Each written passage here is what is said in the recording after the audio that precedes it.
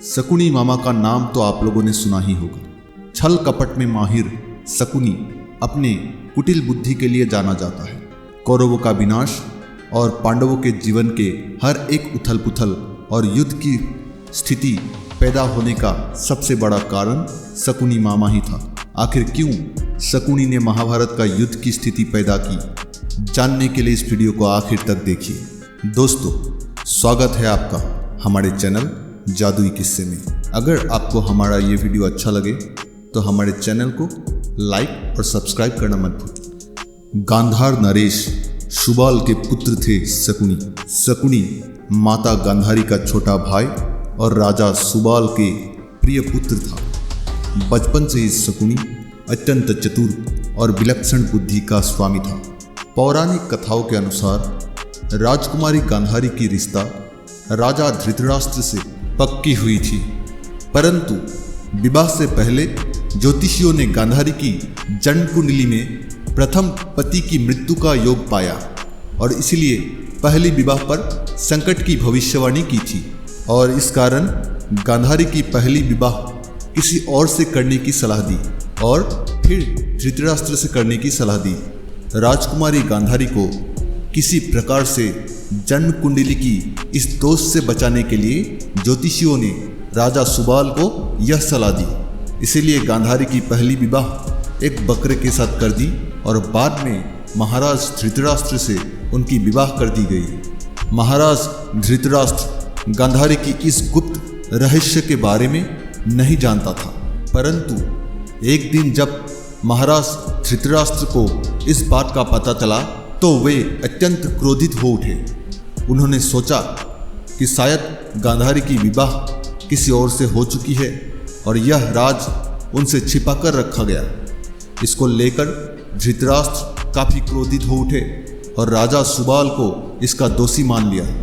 धृतराष्ट्र ने गांधार राज सुबाल को परिवार सहित बंदी बना लिया और कारागार में डाल दिया। कारागार में राजा सुबाल और उनके परिवार के साथ काफी दुर्व्यवहार किया गया। उन्हें सिर्फ एक व्यक्ति का भोजन दिया जाता था ताकि पूरा परिवार भूख से मर जाए। कारागार में राजा सुबाल ने एक निर्णय लिया कि उनके परिवार के एक व्यक्ति को ही भोजन दिया जाए और वो व्यक्ति था शकुनी।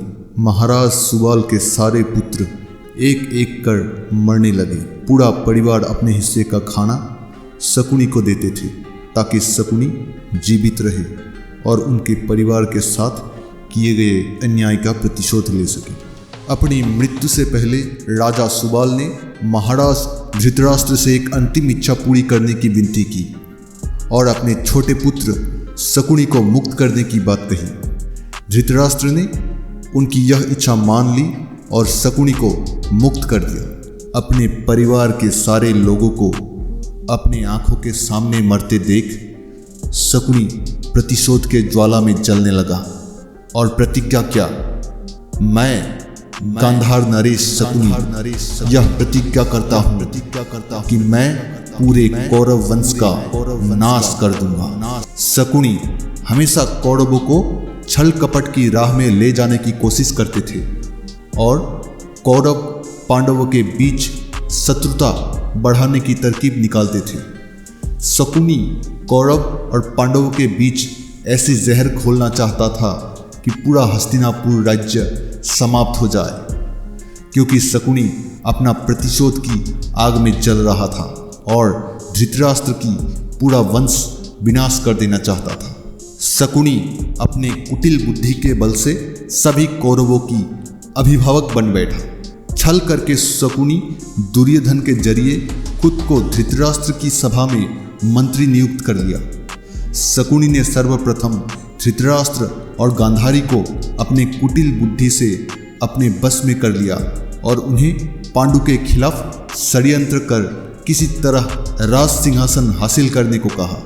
धीरे धीरे शकुनी दुर्योधन को अपने कुटिल जाल में फंसाकर युधिष्ठिर के खिलाफ भड़काया और महाभारत युद्ध की स्थिति पैदा की। इसी तरह शकुनी अपने परिवार के साथ हुए अन्याय का प्रतिशोध लिया और पूरे कौरव वंश की नाश करने की षड्यंत्र रचा।